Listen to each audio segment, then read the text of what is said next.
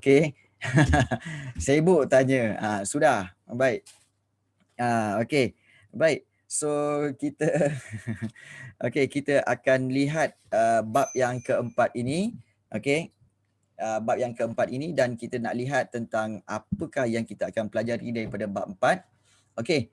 So bab 4 ialah kita lihat bab 4 iaitu era peralihan kuasa British di negara kita. Okey, so bermula dengan bab 4 ni kita belajar mula-mula BMA iaitu British Military Administration. Okey, BMA yang kita belajar dan BMA tu sebenarnya, okey, cikgu ulang semula ya. BMA ni sebenarnya bertujuan untuk apa? Untuk mengembalikan kestabilan dan keamanan selepas Tanah Melayu, okey. Selepas kekalahan Jepun. Okey. Selepas kekalahan Jepun, maka Jepun telah balik, okey, balik semula ke Jepun dan pada waktu itu kita tahu bahawa selama 2 minggu komunis menguasai negara kita. Selepas komunis itu barulah BMA datang. Okey, British Military Administration datang. Okey, BMA. So daripada BMA ini kita tahu, okey, BMA cuba untuk mengembalikan kestabilan dan keamanan serta memulihkan kepercayaan rakyat, okey, terhadap British. Okey. Namun begitu kita tahu bahawa oleh kerana banyak masalah seperti masalah rasuah, kemudian masalah kenaikan harga barang yang tinggi, kemudian kesukaran BMA ni untuk membawa masuk jentera-jentera bagi membaiki Tanah Melayu yang musnah ni, okey, yang nak kena baiki balik. Jadi oleh sebab itu, okey, British datang membawa satu cadangan iaitu gagasan Malayan Union. So kita juga telah pelajari tentang Malayan Union ini pada kelas sebelum ini, di mana kita tahu Malayan Union ini, okey, British ingin gabungkan semua negeri-negeri Melayu bersekutu, negeri Melayu Selat, negeri Selat dan juga negeri Melayu tidak bersekutu. Okey, tetapi malangnya kita tahu bahawa raja-raja dalam Malayan Union, raja-raja kehilangan kuasa. Okey, kehilangan kuasa, tidak lagi dapat memerintah negeri masing-masing. Jadi oleh kerana itu, okey, telah ditentang oleh orang-orang Melayu dan juga raja-raja Melayu. Okey, dan satu lagi sebab kenapa mereka, okey, raja-raja Melayu dan orang-orang Melayu menentang, kerana cara Harold MacMichael mendapatkan tanda tangan Sultan, okey, dengan cara desakan, paksaan, ugutan. Okey, jadi ini telah menyebabkan kemarahan raja-raja Melayu dan juga orang-orang Melayu pada waktu itu. Jadi ini menyebabkan adanya bantahan-bantahan yang dibuat seperti menghantar bantahan melalui telegram, menghantar surat bantahan. Begitu juga, okey, mereka memulaukan upacara pelantikan Gubernur Malayan Union, okey. Dan daripada situ, okey, kita lihat, okey, penentangan rakyat pula melalui pelbagai cara seperti bantahan daripada surat-surat khabar, kemudian bantahan daripada golongan-golongan bijak pandai, kemudian dapat sokongan daripada pegawai-pegawai British.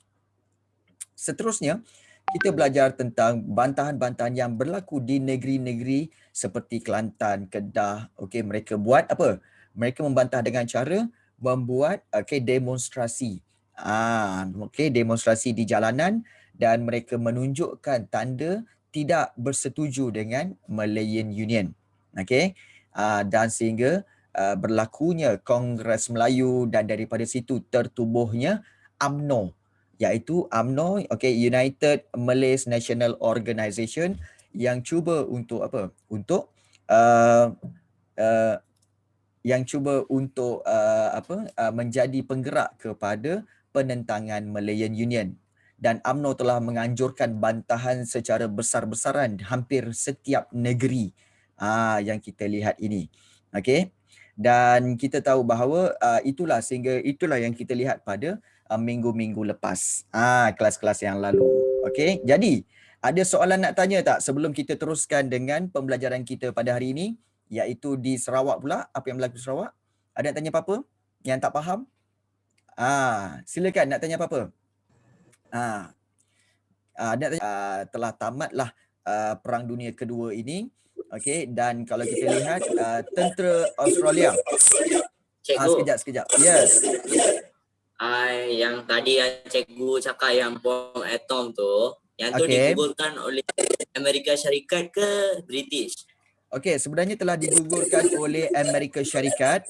Okey, tentera-tentera Amerika Syarikat digugurkan di Hiroshima dan Nagasaki. Tapi Okey. kenapa cikgu saya cakap British, cikgu? Cikgu Sebab sekolah kerana ni.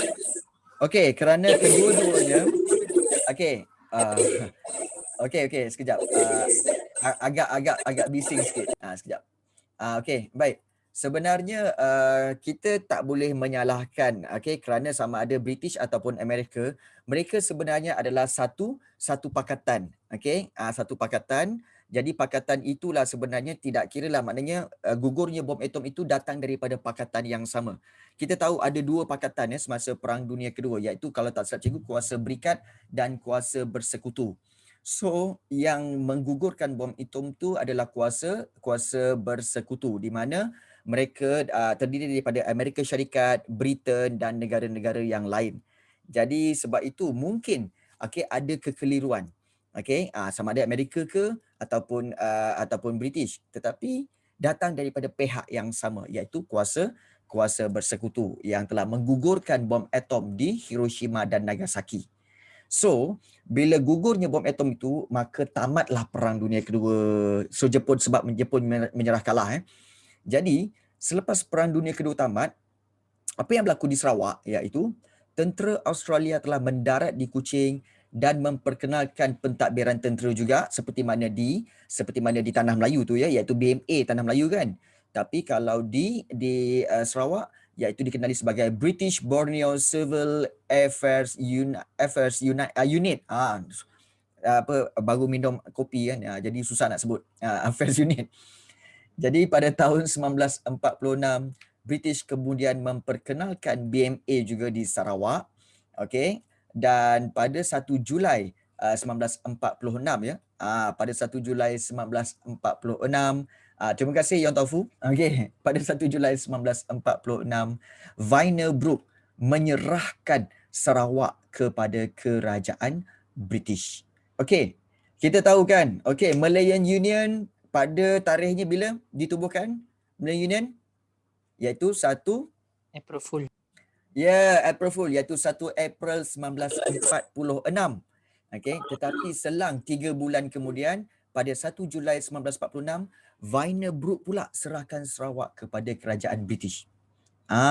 Jadi penyerahan ini memang mendapat tentangan hebat daripada masyarakat tempatan di Sarawak. Dan kenapa Vannerbroek ni nak serahkan Sarawak kepada British? Apa hal? Kan? Tak boleh ke dia take over sendiri? Kenapa dia tak buat sendiri? Vannerbroek dah tua. Jom kita tengok. Baik. Antara faktor penyerahan ini, iaitu sebenarnya pertama masalah pewarisan takhta. Iaitu sebenarnya Vannerbroek tidak mempunyai anak lelaki untuk menggantikan tempatnya sebagai Raja Sarawak. Sedangkan beliau dah tua dan uzur. Tua tu dah dan tak sihat lah. Jadi Vannerbroek pula dia ada anak saudaranya iaitu Anthony Brooke. Tetapi dia tak nak melantik anak saudaranya Anthony Brooke untuk menggantikannya. Mungkin sebab Anthony Brooke tu muda lagi. Kemudian mungkin masih lagi berdisko lagi kan, pergi kelab malam lagi apa semua kan. Jadi rasa macam tak layak lah nak memerintah Sarawak. Tak matang lagi. Adalah alasan dia tu kan. Jadi sebab itu dia tak bagi kepada Anthony Brooke, anak saudaranya. Itu satu, masalah pewarisan tahta. Yang kedua, masalah kedua iaitu kerajaan British ni asyik mendesak aje. Nakib, kan? Kami tahu kamu handsome, tapi tak payah nak mentionkan kamu handsome banyak kali kan. Rasa-rasanya macam nak muntah dekat mic ni. Baik. Perasan je. Tak, kami tahu kamu handsome. Kami tahu. Cukup, kami tahu kamu handsome. Memang handsome. Kan? Marissa masuk tu kot yang dia mention banyak kali tu. I see. Yeah. Kita tahu bahawa sebenarnya memang Khairul Nakib ni memang orang nombor 2 paling handsome dalam kelas ni. Confirm nombor 2 paling handsome. So jangan risau Nakib Jangan risau. Kamu nombor 2 paling handsome. Alright. Baik. Baik. pada 19 Jun 1944, apa yang berlaku iaitu pihak pejabat tanah jajahan British mendesak, pejabat tanah jajahan ni tanah jajahan British tau. Dia desak Vandenbroek untuk berikan kuasa yang lebih luas kepada British untuk meluaskan penguasaannya di Sarawak. Itu sebenarnya. Jadi dengan oh ya ke Yong Taufu? Okey, baik. 19 Jun Oh, 19 Jun. Boleh kami tahu siapa Yong Taufu ni? Nak take note lah. 19 Jun katanya birthday dia siapa? 19 Jun. Yong Taufu. Arif. Okey. Oh, Arif 19 Jun Okey, 19 Jun. Okey, kami take note kami take note. 19 Jun. Tapi bukan 19 Jun 1944 kan? Kalau 44 tu dah tua sangat kau ni. Okey. Azrina pula 13 Jun. Nak maklumkan juga. Baiklah Azrina. Okey, nanti kami sambut sama-sama okey Azrina. Cerita lagi. 18 Jun pula. Okey. Okey. Saya pula 17. Sudahlah tu Rafizuddin. Sudahlah tu. Daripada Jun pergi ke Februari, sudahlah tu. Nak cerita. Mana rotan aku, rotan online juga kan seorang-seorang ni. Okey. Baik. Sudah. Okey, jom. Sudah, malah nak layan korang. Jom nak belajar. Orang cakap tentang Jun, dia dah sampai di Februari pula. Shut up Daniel. Orang bagi tahu tak jadi apa-apa pun kat kita orang. Okey, baik. Jom. Okey. Dengan menjadikan Sarawak sebagai tanah jajahannya, British dapat menguasai kekayaan ekonomi dan juga menjaga kepentingan pelaburan British di negeri itu. Itu sebenarnya jadi pada 28 Februari 1945, pejabat tanah jajahan British ini utus surat kepada Vandenbroek tentang pendirian British untuk minta supaya Vandenbroek serahkan Sarawak kepada British. Tolonglah British kata apa? Kau kena serahkan Sarawak ini, Vandenbroek kau tolong serahkan Sarawak kepada British. Jadi akhirnya Vandenbroek pun terpaksalah bersetuju untuk serahkan Sarawak. Asyik kena desak je tak tahan kan. Jadi itu sebenarnya. Kemudian itu sebab yang kedua. Sebab yang ketiga, masalah keuangan. Di mana Vandenbroek sebenarnya menghadapi masalah keuangan untuk memulihkan Sarawak. Untuk memulihkan Sarawak selepas tercetusnya Perang Dunia Kedua. Sebabnya ekonomi Sarawak memang terjejas. Sebab apa? Lombong minyak musnah. Kemudian ladang-ladang getah juga terbiar. Kemudian kemudahan pendidikan, kesihatan, jalan raya, lapangan terbang juga perlu dibaiki. Banyak kos nak baiki semua ni. Jadi Vandenbroek tak mampu untuk membangunkan negeri Sarawak semula. Tak mampu. Sebab banyak dah musnah. Kena banyak pakai duit. Jadi sebab itu Vandenbroek kata lebih baik aku bagi pada British. Supaya apa? British akan keluarkan duit dan juga boleh baiki semuanya. Okey. Besar sangat Sarawak tu. Yes, Sarawak memang negeri terbesar di Malaysia kan. Jadi bayangkanlah besar-besar macam tu memang sukar untuk dipulihkan dalam jangka masa yang sekejap, yang pendek. Diameter dia berapa cikgu? Besar. Kita tengok sendiri kan, kalau kita kan daripada hujung ke hujung, kamu bayangkan Sarawak tu dari hujung ke hujung, seolah-olah macam daripada Johor Bahru sampai ke Bukit Kayu Hitam di Perlis. Itu besarnya Sarawak. Itu besarnya Sarawak. Baik. Semua take note 10 Mac untuk Marisa. Baik. Seterusnya. Semasa Sarawak berada di bawah pemerintahan Jepun, kerajaan sementara telah diwujudkan. Pengerusinya ialah Bertram Brooke dan juga Anthony Brooke. Sementara Oliver Stanley iaitu Setiausaha Tanah Jajahan berunding dengan kerajaan sementara pada 1944 untuk membolehkan British mengambil Sarawak. Namun begitu, Bertram Brooke dan juga Anthony Brooke menolak tawaran tersebut. Tak nak take note, sudahnya take note juga. Dah. Kita lihat bagaimana proses Vandenbroek nak serahkan Sarawak kepada British. Kita lihat Baik. pejabat tanah jajahan mengutus surat kepada Wynebroek pada 28 Februari 1945 untuk minta beliau menandatangani surat perjanjian dengan George Henry Hall, setiausaha tanah jajahan. Fokus. Dah. Okey. Baik, pada 24 Oktober 1945, akhirnya beliau setuju serahkan Sarawak kepada British. Itu pada awalnya. Kemudian Wynebroek hantar setiausaha peribadinya iaitu Gerard T. McBrien. Ingat nama ni, Gerard T. McBrien, ingat nama tu.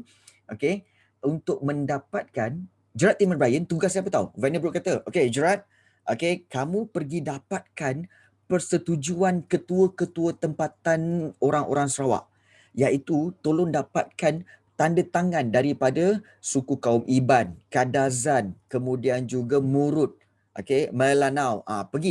Pergi minta dapatkan tanda tangan tu semua, dapatkan persetujuan. Jadi apabila Gerard T. McBrien dah menjalankan tugasnya, Gerard T. McBrien pun pulang ke England bersama-sama dengan dokumen yang ditandatangani oleh ketua tempatan Sarawak. So bila Wynebroek tengok kan, Wynebroek kata oleh kerana ketua tempatan semua dah sign, maknanya ketua tempatan semua dah setuju, maka Brooke kata apa? Kita setuju serahkan Sarawak kepada kerajaan British. Jadi penyerahan itu sebenarnya dibuat tanpa pengetahuan rakyat Sarawak. Orang Sarawak tak tahu sebenarnya. Mungkin ada tipu muslihat. Nanti kita tengok. Jadi kerajaan British pun arahkan Wynebroek supaya dapatkan kelulusan Majlis Negeri, iaitu Majlis Negeri ni adalah pembesar-pembesar bagi negeri Sarawak lah. Dan persetujuan rakyat Sarawak terlebih dahulu. Kita tanya balik kepada rakyat Sarawak. Jadi sekali lagi kerajaan British menghantar 2 orang ahli parlimennya. Ini biasa dengar kan? Orang yang sama. Orang yang sama yang direview pasal Malaya Union. Ingat tak? Iaitu David Rhys-Williams dan juga L.D. Gammons. So orang yang sama juga, ahli parlimen yang sama juga British hantar. Iaitu Gammons dan juga Rhys-Williams untuk buat tinjauan, nak tengok betul ke dia orang ni memang setuju nak diserahkan kepada Sarawak. Nak serahkan pada British. Jadi mereka tiba di Kuching pada 2 Mei 1946. Hasil tinjauan itu mendapati sebahagian besar peribumi menentang penyerahan Sarawak ini. Ramai yang menentang. Orang Cina pula menyokong penyerahan Sarawak ini. Terdapat juga penduduk yang tidak memahami maksud penyerahan Sarawak. Tak faham. Apa maksud Sarawak ni? Main bungkus-bungkus tanah Sarawak ni ikat tepi bagi ke? Tak tahu. Dia tak faham. Dan laporan Gammons dan juga Rhys-Williams berkaitan dengan isu penyerahan Sarawak ini dibawa ke Majlis Negeri untuk diundi. So, mereka bawa ke Majlis Negeri itu. Majlis Negeri akhirnya telah mengeluarkan satu rang undang-undang penyerahan. Maknanya, rang undang-undang ni maknanya adalah kita kata sebagai satu cadangan undang-undang untuk serahkan Sarawak kepada British. Jadi keputusannya menunjukkan bahawa bila dia orang vote dalam Majlis Negeri itu, dia orang vote bahawa golongan pro penyerahan menang. Maknanya golongan yang bersetuju untuk serahkan Sarawak kepada British ni menang dengan 19 undi. Sementara 16 undi menentang. Maknanya majoriti bersetuju untuk serahkan Sarawak kepada British. Kita macam kejap menentang, kejap menyokong mana satu ni. Jadi kita lihat taraf Sarawak sebagai negeri naungan British telah dimansuhkan. Kamu faham kan maksud negeri naungan? Negeri naungan ni bermaksud negeri itu dilindungi oleh British, tapi tak dijajah. Dilindungi sahaja. Tetapi Sarawak bila diserahkan kepada British, Sarawak disahkan sebagai tanah jajahan British. Maknanya Sarawak telah dijajah oleh British.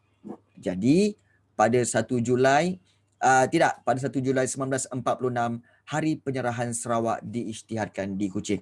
Sebenarnya naungan ini bukan atas persetujuan rakyat, tapi atas persetujuan kepada kerajaan-kerajaan dulu. Contohnya, kalau kita lihat kita tahu bahawa keluarga Brooke daripada James Brooke, Charles Brooke dengan Charles Vyner Brooke, ketiga-tiga ini yang memerintah Sarawak. Betul. Okey, James Brooke, Charles Brooke dan Charles Vyner Brooke. Tiga-tiga ni selama 100 tahun mereka memerintah Sarawak, mereka telah membuat hubungan Berapa dengan tahun British cikgu? 100 tahun. Uish. Daripada 1841 hingga 1941. 100 tahun. So selama 100 tahun itu, James Brooke, kemudian Charles Brooke, kemudian Charles Vyner Brooke, mereka memerintah di Sarawak dan mereka telah buat hubungan dengan British supaya British apa tahu? Kerajaan British melindungi mereka. Melindungi Sarawak daripada serangan-serangan kuasa luar. Jadi itu status negeri naungan sebab dilindungi oleh British. Tapi sekarang ini, Sarawak telah diserahkan kepada British. Maknanya Sarawak telah menjadi tanah jajahan, means tanah milik British. Jadi itu pertukaran status kepada Sarawak. Dan adakah rakyat Sarawak ini bersetuju? No, jom kita lihat. Reaksi penduduk tempatan terhadap penyerahan Sarawak mencetuskan dua reaksi yang berbeza, iaitu ada yang menentang penyerahan Sarawak, ada yang menentang, ada juga yang menyokong penyerahan Sarawak. Sama jugalah macam Malayan Union. Malayan Union ada juga yang menyokong, ada juga yang menentang. Kemungkinan besar, Darren. Jadi kita lihat dulu, kenapa dia orang menentang penyerahan Sarawak ni? Kenapa orang tempatan menentang penyerahan Sarawak kepada British? Kita nak lihat. Faktor penentangan penyerahan Sarawak, iaitu golongan yang menentang penyerahan Sarawak ini dipimpin oleh Datuk Patinggi Abang Haji Abdillah. Golongan ini menentang sebab apa tahu? Sebab tindakan Vyner Brooke ini bertentangan dengan Perlembagaan 1941. Apa yang ada dalam Perlembagaan 1941? Dia macam ni. Sebenarnya hampir 100 tahun kemudian, Charles Vyner Brooke pada tahun 1941, Vyner Brooke telah keluarkan satu Perlembagaan 1941 tahu. Dia kata bahawa apa tahu? Selepas ini, Perlembagaan 1941 kata apa? Vyner Brooke kata apa tahu? Saya akan menyerahkan Sarawak untuk diperintah oleh penduduk tempatan. Maknanya nak bagi Sarawak ni kepada penduduk tempatan. Nak bagi. Tetapi belum sempat nak bagi, telah berlakulah kedatangan Jepun. Menyebabkan nak bagi tu tersekat, stuck kat situ. Tak dapat nak bagi sebab Jepun menyerang Sarawak dan Sabah.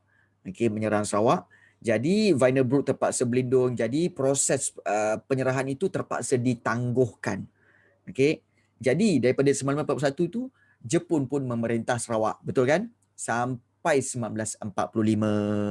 Sampai 1945, bila nak balik Jepun dah balik semula tentera Jepun dah balik ke negara asal, maka Vyner Brooke lihat masalah-masalah yang berlaku tadi kan.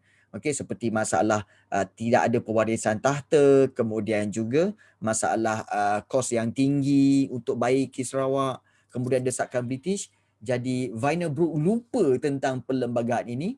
Vyner Brooke berikan Sarawak kepada British. Cikgu, Jadi, ada soalan. Yang keluarga Brooke ni, dia berasal dari keturunan raja Tak. Vyner Brooke ni Bukan. sebenarnya adalah diorang sebenarnya adalah keturunan Brooke, dan Brooke ni sebenarnya tentera British, bekas tentera British. Bekas tentera British. Dan kita tahu bahawa dalam tingkatan 3, sejarah tingkatan 3, kalau kamu lihat sejarah tingkatan 3, iaitu ada tentang Sarawak, di mana kita tahu bahawa James Brooke telah telah mendapatkan tanah-tanah di Sarawak itu dengan cara mengalahkan penentangan tempatan. Ingat tak?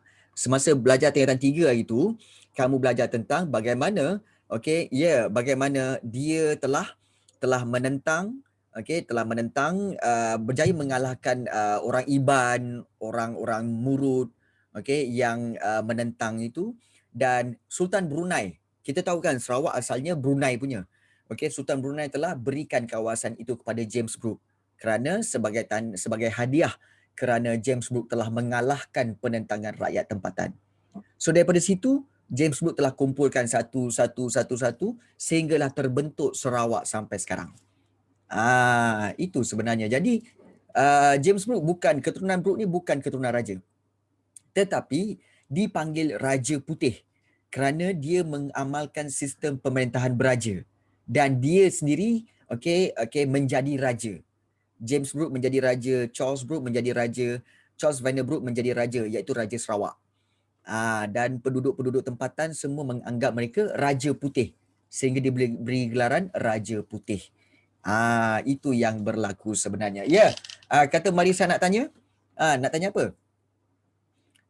Ada nak tanya ke? Baik. So kalau tak ada kita teruskan. Okey. Tindakan Vanderbrooke ya. Okey. Baik, prinsip ke-8 dalam Perlembagaan 1941. Kita tahu perlembagaan ada perkara pertama, kedua, ketiga, keempat, kelima. Kemudian dalam Perlembagaan 1941 dia ada apa? Ada prinsip pertama, prinsip kedua, prinsip ketiga, prinsip keempat kan. So dalam prinsip ke-8, dalam perlembagaan ini menyatakan bahawa pemerintahan sendiri akan diberikan kepada rakyat Sarawak. Jadi menurut perlembagaan ini, penduduk Sarawak akan dibimbing untuk mentadbir negeri mereka. Namun begitu, tindakan Vanderbrooke menyerahkan Sarawak kepada British ini telah melanggar prinsip ke-8 ini. Maknanya, Vanderbrooke yang buat perlembagaan ini, Vanderbrooke sendiri yang langgar. Jadi, kerana perbuatan menyerahkan Sarawak kepada British, ini telah menafikan, bukan nafi iman, menafikan hak rakyat Sarawak untuk mendapatkan pemerintahan sendiri. Seperti yang termaktub dalam perlembagaan inilah. Itu penentangan tu kerana apa? Kerana yang pertama tindakan Vanderbrooke yang bertentangan dengan Perlembagaan 1941. Baik. Vanderbrooke pula mengetepikan surat wasiat Charles Brooke. Ingat ini. Vanderbrooke mengetepikan surat wasiat Charles Brooke, sorry. Bapak dia ke cikgu? Yes. Ceritanya macam ni tau. James Brooke, dia telah melantik anak saudara dia, iaitu Charles Brooke. Anak saudara Charles Brooke tu anak saudara. Tapi Charles Brooke telah telah mewasiatkan kepada anak dia sendiri, iaitu Charles Vanderbrooke. Itu sebenarnya. Surat wasiat tu maknanya adalah surat yang dikatakan sebagai surat wasiat lah. Surat daripada bapa kepada anak untuk melakukan sesuatu selepas dia meninggal dunia. Selepas bapa meninggal dunia, maka anak kena lakukan. Itu surat wasiat. Wasiat lah Baik. Jadi, kita lihat Vanderbrooke telah buat keputusan.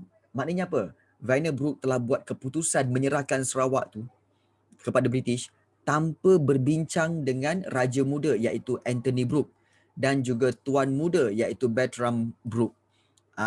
Jadi ini maknanya Vanderbrooke sendiri telah mengetepikan surat wasiat tu. Dia suruh kalau nak buat apa-apa kena bincang dengan Raja Muda dan Tuan Muda. Tapi Vanderbrooke tak buat. Dia tak buat.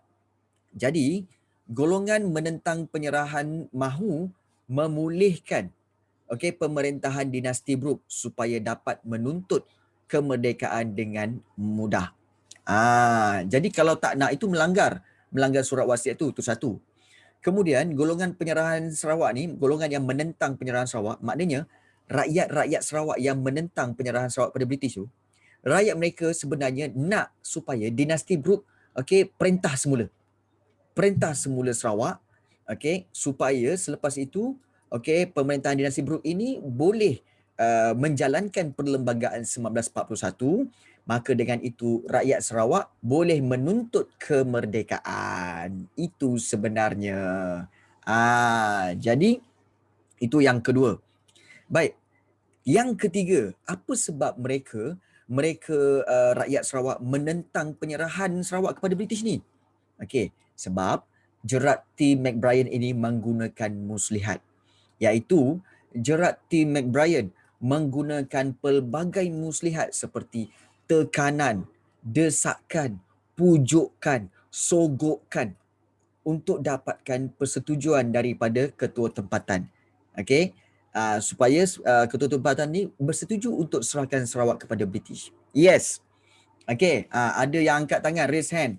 Ya, ada apa? Boleh nak tanya, silakan nak tanya. Baik. Sogokan tu apa? Sogokan tu sebenarnya adalah rasuah. Ya, sogokan ialah rasuah. Ya, okey. Ya, Marisa. Sogokan ialah rasuah sebenarnya.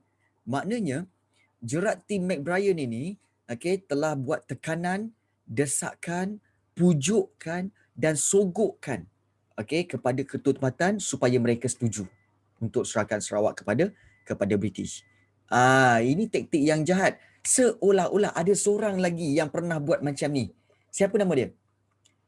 Yang buat sama macam ni tapi di Malayan Union. Siapa? Siapa? Michael. Ya, betul, iaitu Sir Harold McMichael. Harold McMichael. Maknanya dalam bab yang sama ada dua orang yang watak yang sama. Bayangkanlah Sir Harold McMichael. So yang pertama Sir Harold McMichael gunakan ugutan dan desakan. Mana Harold McMichael? Tu yang cikgu tunjukkan. Mana? Yang ini. Kan Sir Harold McMichael ini yang menggunakan desakan dan juga paksaan terhadap raja-raja Melayu. Kemudian seterusnya iaitu di Sarawak rupanya ada orang yang sama. Iaitu siapa? Iaitu Gerard T. McBrien. Maknanya mungkin betul lah kata-kata Hannah. Semua orang-orang yang Mac ni semua main mendesak-desak kot. Mendesak-desak ya. McDonald tak nak lah desak. Okey, baik. Itu yang ada Mark kan. Mark Bryan, Mark Donald, kemudian Sir Harold McMichael dan Mark korang. Okey. Dan Mak korang juga mendesak-desak juga kan. Okey. Baik. Okey. Contoh. Okey. Baik. Baik. Jadi kita lihat di sini. Baik. Selepas faktor-faktor penentangan itu, bagaimana penduduk Sarawak menentang? Macam mana dia orang menentang kita nak lihat macam mana dia orang menentang. Bentuk-bentuk penentangan penentangan penduduk tempatan. Okey. Baik. Sebelum cikgu teruskan, just nak tahulah bila saya sebut mak-mak ni, bagaimana dengan saranan cikgu sebelum ini, iaitu cara-cara untuk berbaik-baik dengan mak ayah supaya mak ayah tidak menekan-nekan kamu untuk belajar. Okey. So bagaimana? Adakah anda melakukannya, berjaya melakukannya? Okey. Adakah kamu berjaya untuk tidak diganggu oleh mak bapak kamu dan kamu boleh belajar sendiri? Macam mana? Okey. Rasanya cikgu ada cerita hari tu kan? Okey, tak berjaya. Marisa, aduh yai. Dan Daniel buat kontrak hari tu. Okey, Hana tak pernah berjaya. Gagal. Nak tips sikit lagi cikgu. Penat. Baik. Gagal cikgu. Azrina berjaya. Alhamdulillah. Fuzi Zara berjaya. Alhamdulillah. Okey. Baik. Okey. Jap. Cikgu off record sikit lah kan. Okey. Dah tu. Bukan. Kena cuba. Sebenarnya, okey, bagaimana cara untuk kamu rasa nak belajar tanpa dipaksa? Okey, dan tanpa dipaksa oleh mak bapak kamu. Mudah saja. Sebenarnya, okey, apa yang kamu perlu buat iaitu kongsikan apa yang kamu belajar, kongsikan apa yang kamu belajar dengan mak bapak kamu. Kongsikan. Kongsikan apa yang kamu belajar dengan mak bapak kamu supaya mereka kata apa? Wish, anak aku ni betul-betul belajar ni. Contohnya apa? Contohnya kamu cerita dengan mak bapak kamu tentang apa? Tentang Sir Harold McMichael, kan? Yang telah mendesak dan mengugut raja-raja Melayu untuk dapatkan tanda tangan Malaya Union. Okey. 10 dia tanya. Tak apa, baguslah bagi tahu lagi. Okey. Betul Hana. Sebenarnya kan kalau kamu bagi tahu, memang mak kamu akan fed up. Kemudian mak kamu akan kata, biarlah dia belajar tu. Sebab dia selalu kongsi cerita pasal dia punya kelas. Selalu kongsi pasal dia punya belajar. Jadi lama-lama mak fed up tau. Mak kata, kau belajarlah. Kan? Dia tahu dah belajar. Jadi bila mak kamu duduk je kan, nanti mak tanya, bila James Brooke mati? James Brooke mati dah lama dah. Cakap macam tu. Kan? Dan digantikan oleh Charles Brooke. So terbiar. Cuba lagi Marisa, cuba lagi. Cuba lagi. Afi pun sama, boleh cuba. Jadi tunjukkan apa yang kamu belajar di dalam kelas ini. Okey, bagi tahu dengan mak ayah kamu, sharekan. Cuba lagi. Jadi bila kat situ dia tahu bahawa anak aku belajar rupanya, dia faham. Jadi dia akan biarkan. Jadi sesekali nampak kan. Kemudian contoh cikgu tahu kadang-kadang kan kamu akan pegang phone. Duduk-duduk kamu pun pegang phone. Okey. Kemudian pegang phone, kemudian mak kamu tanya apa? Tu phone ke? Taklah mak kan. Mak tahu tak sebenarnya? Terus buka cerita tentang pelajaran. Mak tahu tak sebenarnya Charles Vanderbilt tu sebenarnya kan dia nak bagi Sarawak. Terus cerita pasal belajar. Jadi itu akan menyebabkan anak kamu kan kalau mak kamu kata ni mesti main game, taklah mak kan, walaupun main game kan tapi orang belajar tau. Mak tahu tak? Terus share. Mak tahu tak sebenarnya Harold McMichael tu rupanya kan telah mendesak-desak Raja Melayu semua. Yes. Jadi itu menyebabkan mak kamu kata, sambil pegang phone pun ingat lagi fakta tu. Jadi itu menyebabkan apa? Menyebabkan mak kamu kata, tak apalah, dia biarlah. Okey. Cuba lagi Marisa, cuba lagi. Nak mengadu kenapa tak belajar, padahal saya tengok. Okey. Baru nak mengadu kenapa tak belajar, padahal saya tengok pun. Okey. Saya pula dah memang kata tak. Memang mak tak nak tahu. Sebenarnya mak kamu tak nak tahu pun. Mak kamu tak nak tahu apa kamu belajar. Tapi bila kamu share, mak kamu akan tahu bahawa sebenarnya memang kamu belajar. Kadang-kadang mak kamu akan kata apa? Mak kamu akan terfikir, tadi aku tengok dia pegang phone apa semua. Bila masa dia belajar? See? Kan? Bila masa dia belajar? Bila masa abang belajar? Bila masa kakak belajar ni? Saya belajar apa? Abang belajar tadi. Kan? Tengok buku lu apa semua kan? Nampak tak? Bagus. Okey, jadi itu sebenarnya. Jangan risau. Cuba sharekan. Jadi kamu tak cuba lagi, cuba. Ini tips yang cikgu bagi ya. Sebab itu, okey. Sebab itu ni Yong Tau Fu kan. Nakib Okey, Nakib. Okey. Sebab itu kamu kena sentiasa tahu. Bila time belajar tu lah mak cakap kita main benda lain. Cakap dengan mak. Terus je beritahu, mak sebenarnya kan kongsi Gerard T. McBride rupanya desak mak. Mak tahu tak Rosie Doby tu umur 15 tahun dah menyertai perjuangan Sarawak mak. Cerita macam tu. Jadi itu menyebabkan apa tahu? Mak kamu kata, iya ke? Ya. Tak. Mak bapak kamu nak tahu kamu belajar je. Mak bapak kamu nak tahu kamu belajar je. Dia tak nak tahu kamu buat benda lain semua, tak. Dia nak tahu kamu belajar ke tidak. Okey. Jadi, kalau kamu tak sharekan maklumat-maklumat ni apa semua, macam mana dia orang nak tahu kamu belajar ke tidak? Sebab tu kamu kena share. Share dengan cara apa? Berborak dengan dia orang. Mak tahu tak kan? Macam itulah. Ataupun kalau katakan mak kamu marah-marah kan, kamu kamu gosok dekat mak kamu kan, gosok belakang mak kamu, cakap apa? Mak ni jangan marah-marah. Macam Gerard T. McBride lah mak ni. Macam Harold McMichael lah mak ni. Kan, jangan marah, jangan desak-desak, jangan ugut-ugut. Nampak Cikgu, tak? nanti kan mak kita orang search kan dia cakap, "Oi, kau ajar kau cakap macam tu." Tak Pisang lah. pula. Dia cakap, Tak. kau panggil aku lelaki macam tu. Bukan. Kan? Mesti dia akan tanya, siapa pula Harry McMichael tu? Baru cakap. Nanti kena cerita lagi. Nampak Farid Nazmi dia bagi tips. Farid Nazmi bagi tips apa? Okey. Tanya je satu dua soalan sejarah. Faris Nazmi Tukar memang macam tu. tukar topik kan cikgu macam tu. Ya. Faris Nazmi memang macam tu. Faris buat macam ni Faris? Dia memang macam tu. Kalau dalam kereta dia mesti ada satu dua soalan sejarah dia akan tanya. Ayah Dia Faris akan. santai sikit tu. Jadi itu cara dia. Berkongsi dengan mak bapak kamu supaya dia orang akan kata apa? Tak apalah, anak aku belajar ni. Bila-bila masa pun nampak je pegang phone tapi dia belajar. Cikgu. Ya. Itu sebenarnya. Sebagai bapa garang cikgu. Sebagai bapak garang tak?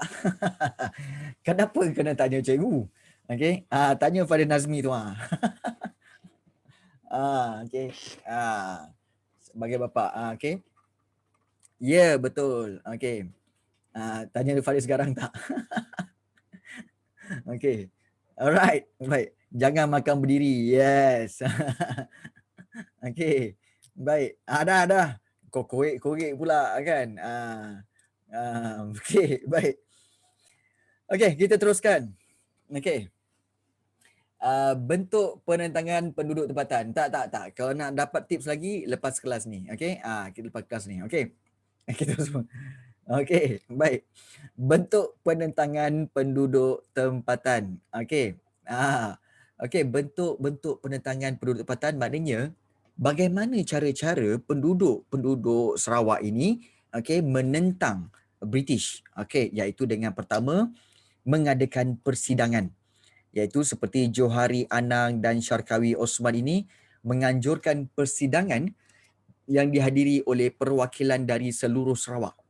Pengerusi persidangan ini adalah Johari Anang dan objektif persidangan ini adalah untuk apa tahu? Adakan demonstrasi pada setiap 1 Julai kerana menentang penyerahan Sarawak kepada British. Jadi, pertubuhan yang menyertai persidangan ini termasuklah seperti PPM, Barisan Pemuda Sarawak BPS, kemudian Persatuan Kebangsaan Melayu Sarawak, PKMS, dan juga Persatuan Melayu Miri, Kesetiaan Muda, MATU dan juga Persekutuan Bumi Putera. Demonstrasi maknanya tunjuk perasaan, protes. Itu demonstrasi. Mengadakan demonstrasi, mengadakan tunjuk perasaan, mengadakan demo lo ni tak semula tu engkau lah Diana. Okey, baik. Okey. Jadi mula-mula mereka bersidang, kemudian yang kedua mereka mengadakan demonstrasi. Pada 30 Oktober 1946, demonstrasi pertama diadakan ketika kedatangan Gubernur pertama Sarawak, iaitu Charles Arden Clark. Di mana? Di Astana. So demonstrasi ini diketuai oleh Datuk Patinggi Abang Haji Abdillah. Jadi perarakan ini disertai oleh 16 Persatuan Melayu. PKMS mendesak British berundur dari Sarawak. Antara kata yang tertulis termasuklah kami membantah dengan sekeras-kerasnya atas tindakan Brooke menyerahkan Sarawak kepada kolonial Inggeris. Kolonial ini maknanya penjajah Inggeris. Sarawak adalah hak kami. Leburkan kolonial dan no cession. No cession ni maknanya apa? Tidak mahu rang undang-undang penyerahan Sarawak tadi. Jadi sepanduk dan poster anti penyerahan ditampal di pokok, perahu dan jeti. Demonstrasi di Sibu diteraji oleh PPM. Beberapa demonstrasi juga berjaya dilaksanakan. Ini contoh tunjuk perasaan di Kuching menentang penyerahan Sarawak. Ya, silakan Darren. Baik. Leburkan kolonial maknanya hancurkan penjajah. Hancurkan penjajah itu. Itu maksud leburkan kolonial. Dan apa Darren? Apa dia? Baik. British lagi baik atau Brooke lagi baik? Sebenarnya bagi penduduk Sarawak, oleh kerana mereka dah duduk di bawah pemerintahan dinasti Brooke dah sampai 100 tahun 1841 hingga 1941. So mereka dah duduk lama di bawah keluarga Brooke, dinasti Brooke, maka mereka lebih selesa untuk duduk di bawah Brooke berbanding duduk di bawah British. Dan tapi kalau kita lihat walaupun begitu, penduduk-penduduk ataupun rakyat Sarawak masih mahu kemerdekaan sebab mereka tak nak duduk di bawah Brooke. Tetapi kalau dibandingkan duduk di bawah Brooke ke di bawah British, mereka lebih rela duduk di bawah Brooke berbanding duduk di bawah British. Itulah sebenarnya keinginan mereka, ya. Jadi itu yang berlaku sebab mereka dah biasa 100 tahun duduk bawah Brooke. Mereka dah biasa. Macam kita lah kan. Okey, dah 63 tahun merdeka. Okey, tiba-tiba katakanlah penjajah datang. Kan? Korang nak duduk di bawah penjajah? Memang tak nak lah. Sebab dah biasa dengan hidup di bawah pemerintahan sendiri. Macam itulah. Itu sebenarnya, ya. Jadi kita lihat, ya. Dah biasa je. Hush, lain macam dia nak. Korang biar betul. Dah biasa belajar dengan cikgu geografi, tak ada dah nak belajar dengan cikgu sekolah. Melampau sangat tu. Okey. Kena biasakan diri, belajar dengan cikgu sekolah juga. Okey. Alright. Baik, kita lihat di sini. Baik, dan yang ketiga, tindakan mereka, iaitu mereka meletakkan jawatan beramai-ramai ni. Okey. Macam tak ikhlas je, amboi lain macam, ya. Baik, British menyedari pemimpin anti penyerahan ini, maknanya golongan-golongan ketua-ketua yang memimpin gerakan anti penyerahan Sarawak kepada British itu adalah ramainya terdiri daripada pegawai-pegawai perkhidmatan awam dan juga ramai rupanya guru. Jadi di sini British telah mengeluarkan satu perkeliling nombor 9, iaitu Circular Number 9 pada Disember 1946, yang mana dalam satu sirkular ataupun surat perkeliling maknanya surat pengumuman daripada kerajaan, surat pengumuman daripada kerajaan kepada seluruh kaki tangan kerajaan. Dia kata apa? Melarang pegawai awam menyertai gerakan anti penyerahan ini. No, tak boleh. Kaki tangan awam, guru-guru semua jangan sertai penentangan penyerahan Sarawak kepada British. No. Jadi oleh sebab itu British ingatkan, pegawai-pegawai kerajaan ni tak beranilah. Okeylah. Kami dilarang untuk join gerakan anti penyerahan. Nanti kena buang kerja. Rupa-rupanya selepas itu, 2 April 1947, 409 orang kaki tangan kerajaan letak jawatan. Berani dia orang letak jawatan. Kaki tangan yang letak jawatan tu pula termasuklah ada yang guru, petugas-petugas di pos dan telegraf, jabatan Marine, Custom, perubatan, kesihatan. Ramai. Okey, tanah ukur dan sebagainya. Seterusnya, selepas dia orang letak jawatan tu, seramai 56 orang pelajar Maktab Perguruan Melayu Sarawak juga bertindak menamatkan pengajian mereka sebagai bantahan terhadap perkeliling nombor 9. Semata-mata nak menentang penyerahan Sarawak, mereka sanggup berhenti kerja, sanggup berhenti sekolah. Untuk apa? Untuk join protes. Korang jangan buat. Semangat cinta akan negara ini yang sebenarnya membakar semangatnya. Sanggup hilang pekerjaan. Untuk apa? Untuk join gerakan anti penyerahan. Hebat tak hebat lah. Jadi itu antara tindakan mereka. Okey, Sushmita. Okey. Jadi yang pertama adakan persidangan, yang kedua demonstrasi, dan yang ketiga iaitu meletakkan jawatan beramai-ramai. Okey. Baik. Kemudian kita lihat yang keempat, iaitu bantahan golongan wanita.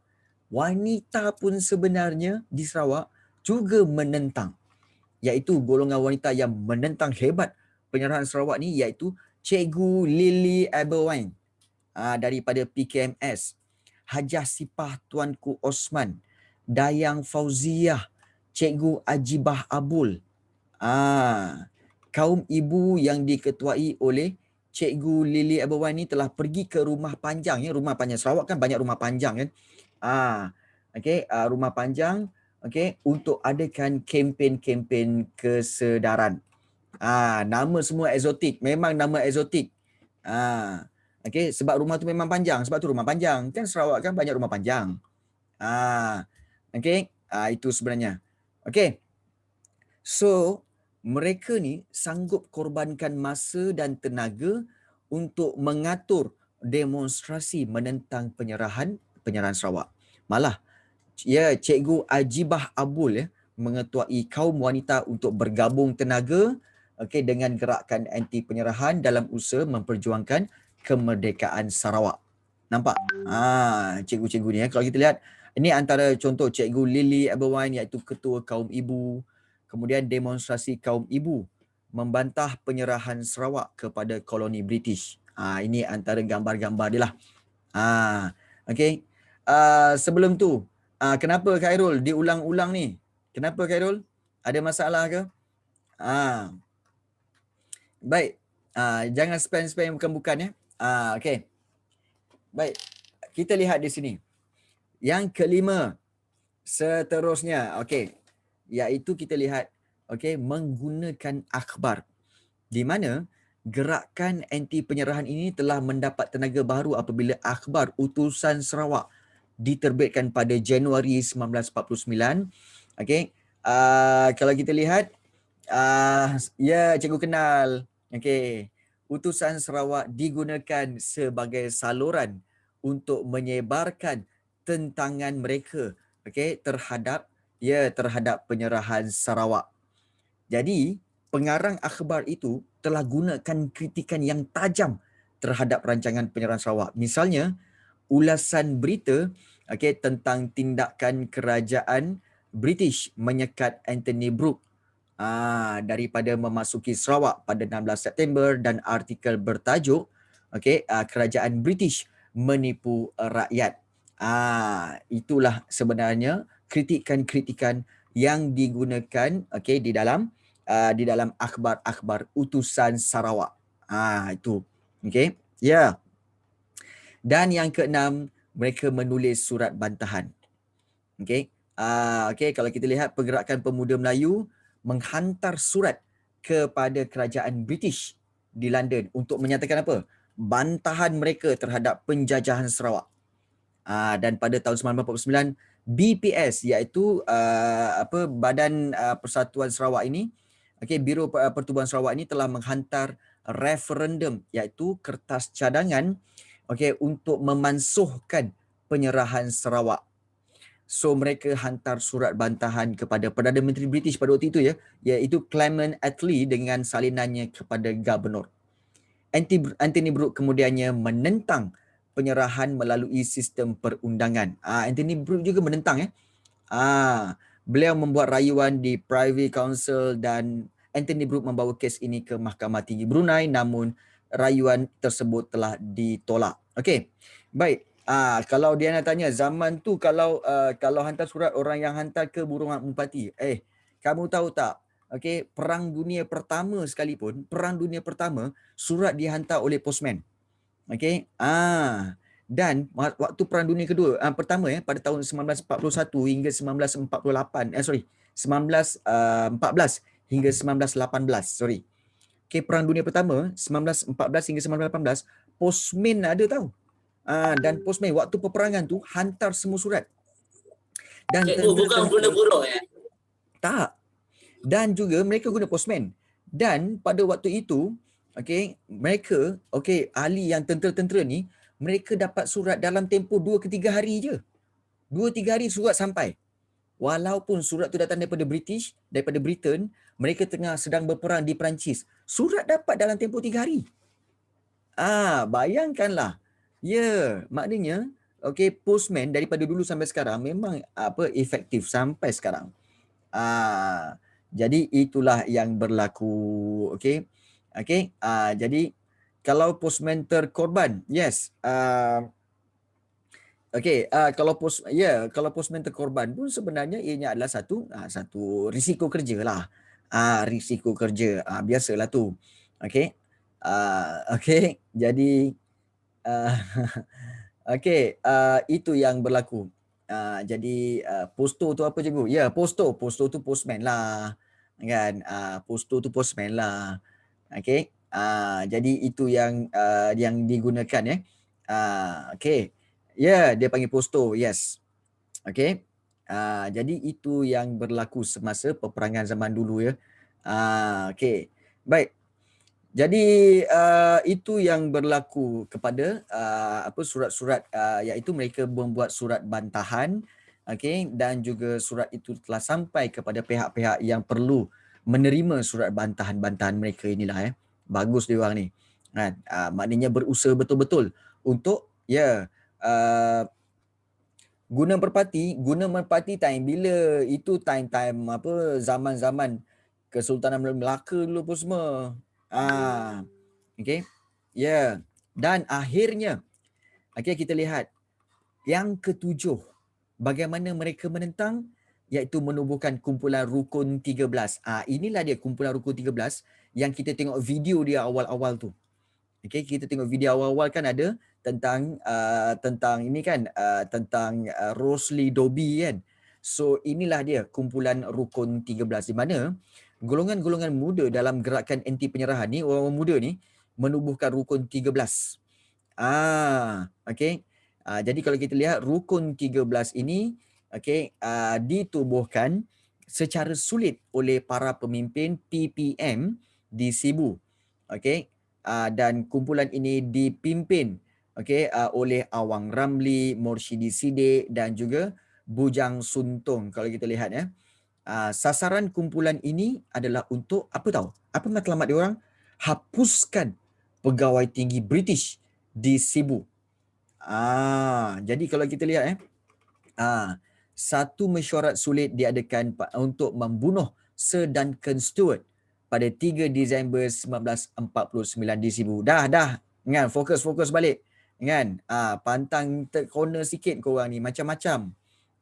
Fokus balik. Baik. Inilah dia. Okey, peristiwa Sungkit Berdarah. Kita lihat ini ceritanya Rosli Dobi. Okey, antara pejuang kemerdekaan Sarawak, beliau telah menikam Duncan Stewart dan seminggu kemudian Duncan Stewart meninggal dunia di hospital Singapura. Ya. Tak logik langsung cikgu. tak apa yang tak logik? Tak, masalahnya Rosli Ha. Dobley tu dia menikah Duncan Stewart kan nama dia. Okey. Lepas tu seminggu kemudian baru dia mati. Ya. Kenapa? Tak logik. On the spot kena mati. Okey, tak. Okey, sebenarnya kalau ikutkan logik, sebab apa tahu? Bila ditikam itu sebenarnya pendarahan berlaku dalaman. Dan mungkin mereka boleh menutupinya dan dirawat. Tetapi apa yang berlaku adalah kemungkinan besar luka tu bukan di luar tetapi termasuk luka di dalam. Maknanya di bahagian usus ke, di bahagian perut ke, maka itu mungkin tidak mampu untuk dirawat dengan berkesan, maka ianya pun mati. Nak orang tu terus mati kena pusing. Tak. Itu kalau pisau tak boleh pusing. Kalau nak pusing tu pakai keris. Keris kalau kita tikam dan kita pusing dan itu on the spot mati. Tapi kalau setakat tikam pakai pakai pisau apa semua, itu memang tidak inilah kan. Kemungkinan besar menggunakan ada tadi dia bagi tahu tentang dia guna belati ke ataupun pisau macam itulah. Okey, ada dalam video tadi. Video awal tadi. So, peristiwa ini dikenali dengan nama Sungkit Berdarah. So, pembunuhan Duncan Stewart memberikan kesempatan kepada British untuk menindas gerakan anti penyerahan. Maknanya dengan pembunuhan ini British boleh gunakan kuasa mereka untuk menentang penyerahan golongan-golongan ini. Okey.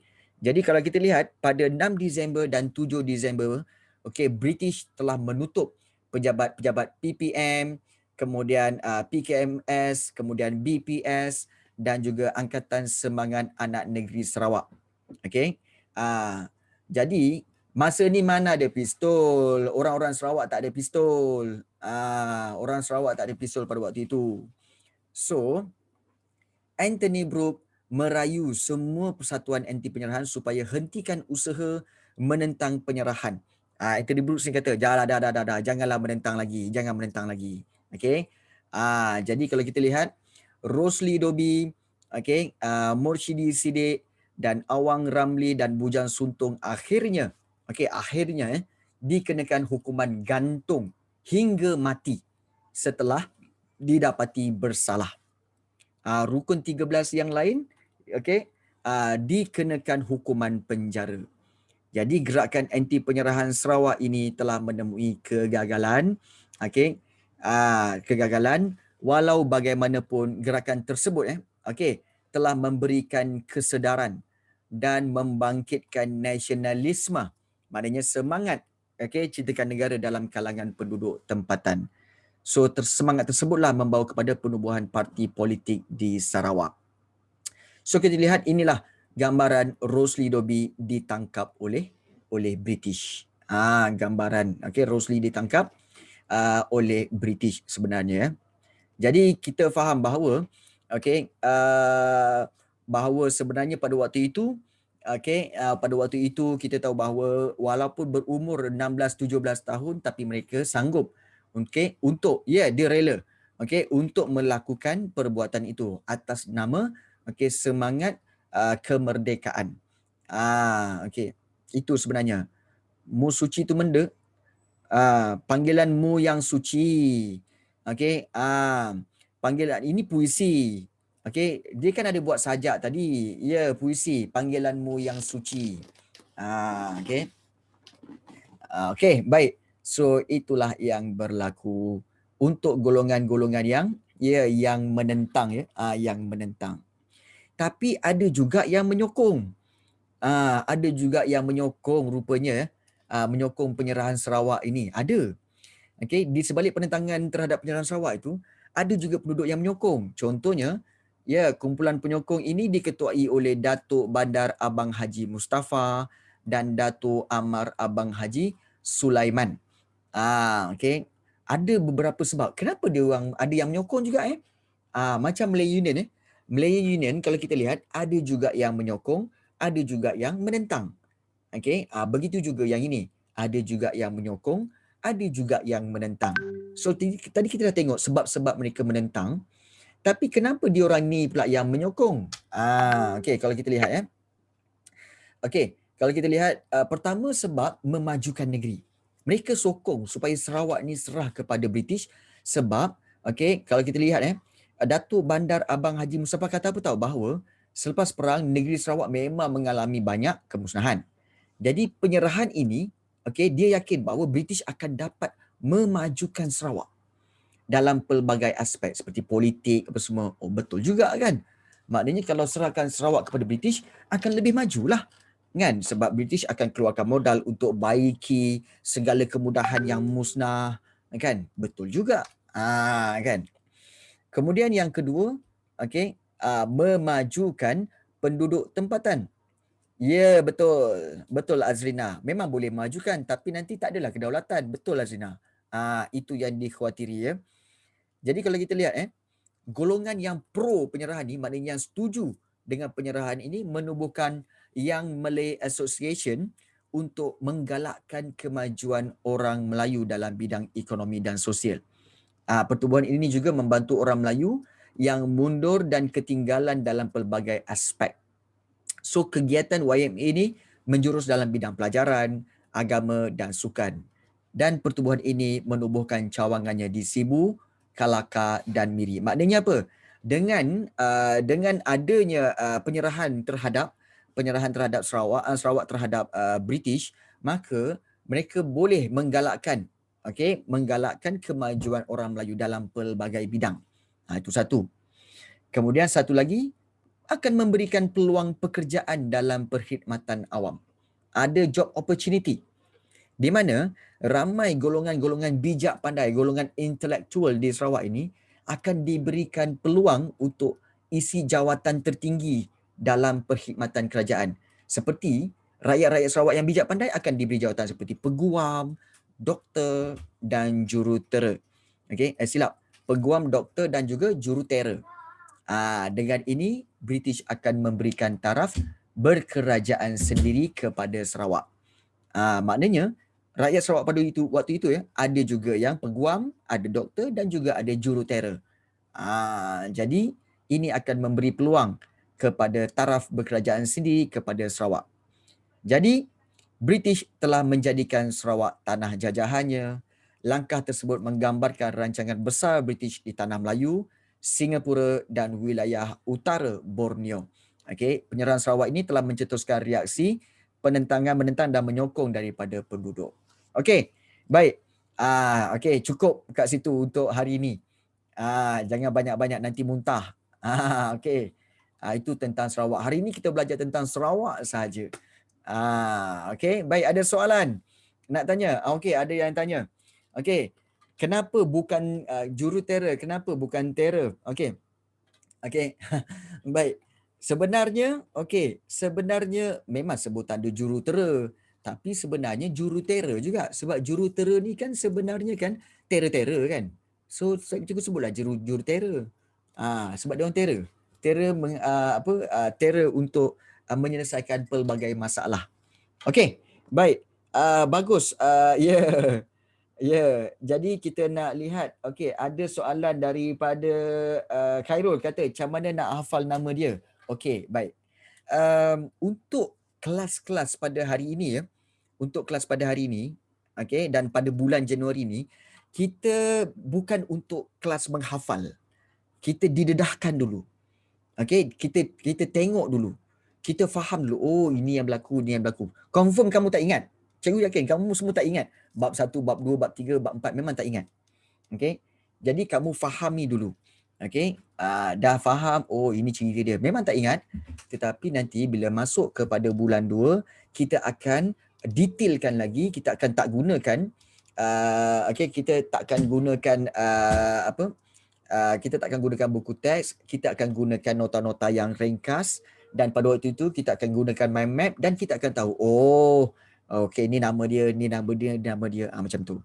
Okey, yes. Ingat macam cikgu selalu cakap sejarah bukannya cikgu bagi 10 kamu akan ingat 10-10, tak. Okey.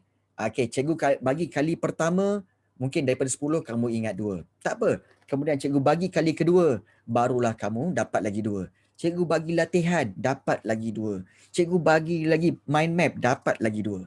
So is a process.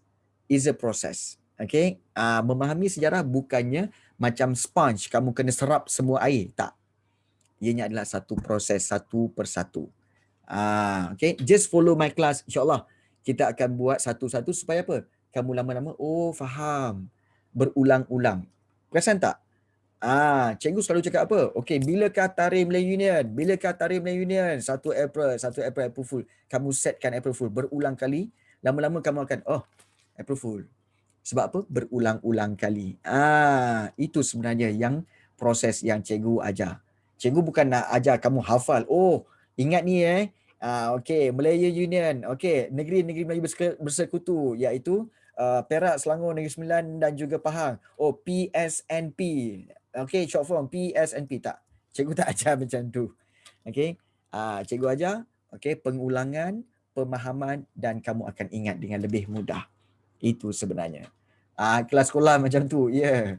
Yeah. Okey, cikgu tak ajar untuk kamu hafal Cikgu ajar untuk kamu faham, rasai sejarah itu.